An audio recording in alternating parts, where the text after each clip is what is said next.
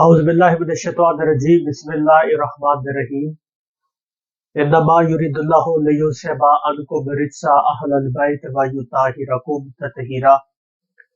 اللہم صل علی محمد وآل محمد وعجل فرجہم۔ سب سے پہلے تمام ناظرین کو السلام علیکم ورحمۃ اللہ وبرکاتہ۔ سب سے پہلے آپ کو مخدومہ کونین، عالمہ غیر معلمہ، صدیقۃ الکبریٰ، سیدہ نساء العالمین،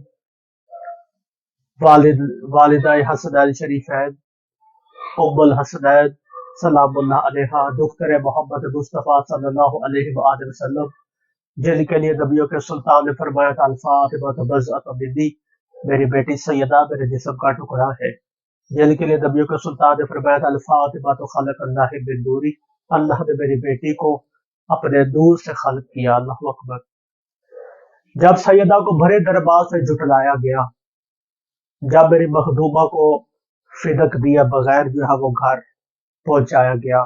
جب میری مخدومہ پر اتنے مصائب آئے کہ سیدہ نے فرمایا کہ یا علی، مجھ پر اتنے دکھ آئے، اتنی پریشانی آئی، اتنی تکلیفیں آئی، اگر وہ سفید دنوں پہ آتے تو راتوں میں تبدیل ہو جاتے۔ مجھ پر اتنے ظلم و ستم کہ میں اپنا رخسار بھی اپنے بچوں کو نہیں دکھا سکتی، مجھے مدینے کی گلیوں میں مارا گیا، میرے گھر کے دروازے کو جلایا گیا، میرا موسی جو وہ شہید کیا گیا۔ اکثر ہمارے جو اہل سنت بھائی ہیں وہ ہم سے سوال کرتے ہیں،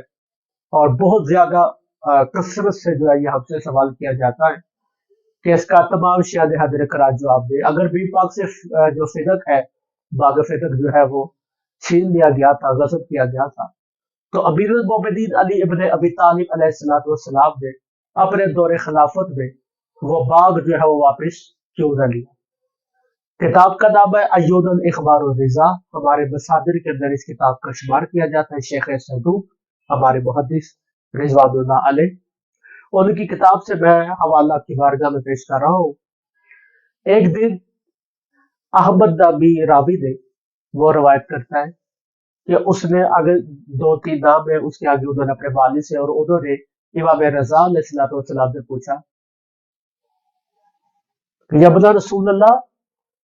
کہ جب فدق آپ کے دادی سے چھین لیا گیا تھا تو امیر المومنین آپ کے دادا علی بن ابی طالب علیہ السلام نے اپنے دور حکومت میں اس کو واپس کیوں نہیں لیا؟ تو آگے امام رضا علیہ السلام نے فرمایا کہ جو چیز بھی ظلم کے ذریعے ہم سے چھین لی جاتی ہے، ہمارا شیوا یہ نہیں ہے کہ ہم اس کو خود حاصل کریں، جب تک کہ خدا ہمیں ہمارا حق جو ہے وہ لوٹا نہ دے۔ جبکہ ہماری موجودگی میں اگر کوئی لوگوں کی چیزوں کو غصب کرے تو ہم اس کا حق جو ہے وہ ضرور دلاتے ہیں، پر ہم اپنے فیصلے جو ہے اپنے حقوق وہ اللہ پر چھوڑتے ہیں، اپنے فیصلے کہ خدا جو ہے ہمارے بارے میں جو بھی فیصلہ کرے گا ہمیں منظور ہوگا۔ تو ہم پر جو بھی ظلم کرے، کوئی چیز ہم سے ظلم کر کے چھین لے، ہم خود اس کو واپس لینے کے لیے جستجو نہیں کرتے، اگر اللہ نہ چاہے۔ اگر اللہ چاہے تو وہ خود ہمارے حق میں فیصلہ کر دے،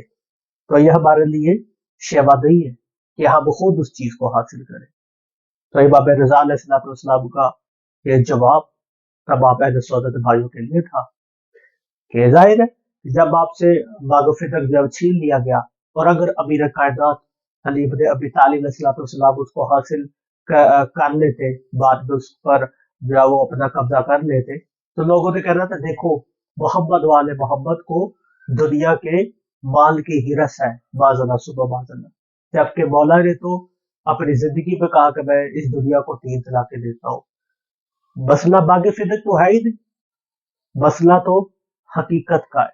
مسئلہ تو اپنی پہچان کا ہے کہ یہاں پہ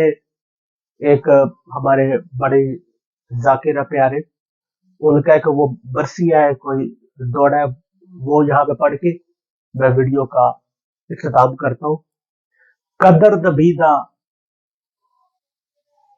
او کے جانن دنیا دار کمینے، قدر دبیدہ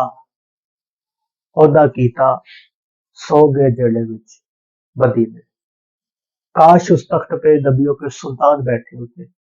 پھر پتہ چلتا سیدہ خالی لوٹتی ہے یا کائنات کی ہر نعمت جو ہے وہ لے کے لوٹتی ہے۔ اپنا خیال رکھے گا، دعا میں یاد رکھے گا، ملتے ہیں اگلی ویڈیو میں۔ خدا حافظ۔